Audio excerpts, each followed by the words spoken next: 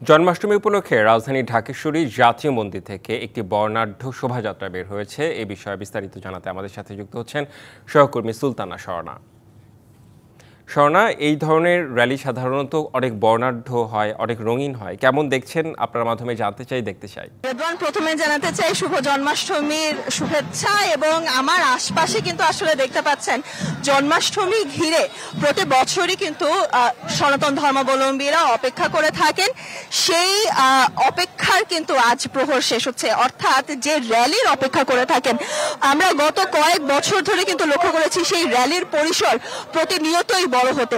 এবং এই বছরের কথা যদি বলি, প্রায় কয়েক হাজার মানুষ কিন্তু এই র্যালিতে যোগ দিয়েছেন এবং নানা বয়সী নানা রঙে সেজে কিন্তু এসেছেন। আমরা আজ শ্রীকৃষ্ণের জন্মদিন, গোপালের জন্মদিনে কিন্তু আজ জন্মাষ্টমীর জন্মদিনে লক্ষ্য করেছি রাধা রানী সেজে এসে, দেবকী সেজে এসেছেন অনেকে, আবার অনেকে যশোধা মা সেজে কিন্তু তার সন্তানকে গোপাল সাজিয়ে নিয়ে এসেছেন।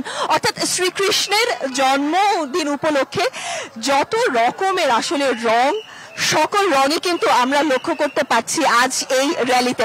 এবং নানা বয়সী সনাতন ধর্মাবলম্বীরা যারা এসেছেন তাদের সাথে আমরা যখন কথা বলেছি, তারা কিন্তু বারংবারই সৌহার্দ্যের কথা, সাম্যের কথা এবং সম্প্রীতির কথা বলেছেন।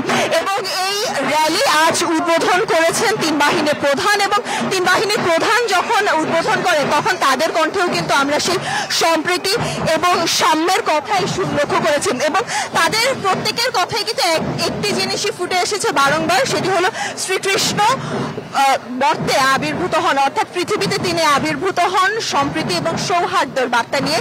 সেই লীলা যেন প্রজন্ম থেকে প্রজন্ম চলে যায়, এমনটাই কিন্তু প্রত্যাশা করছেন সনাতন ধর্মাবলম্বীরা। রেদওয়ান, এই ছিল আমার পক্ষ থেকে সবশেষ। জি নিশ্চয়ই সুলতানা স্বর্ণা, আপনাকে অনেক ধন্যবাদ।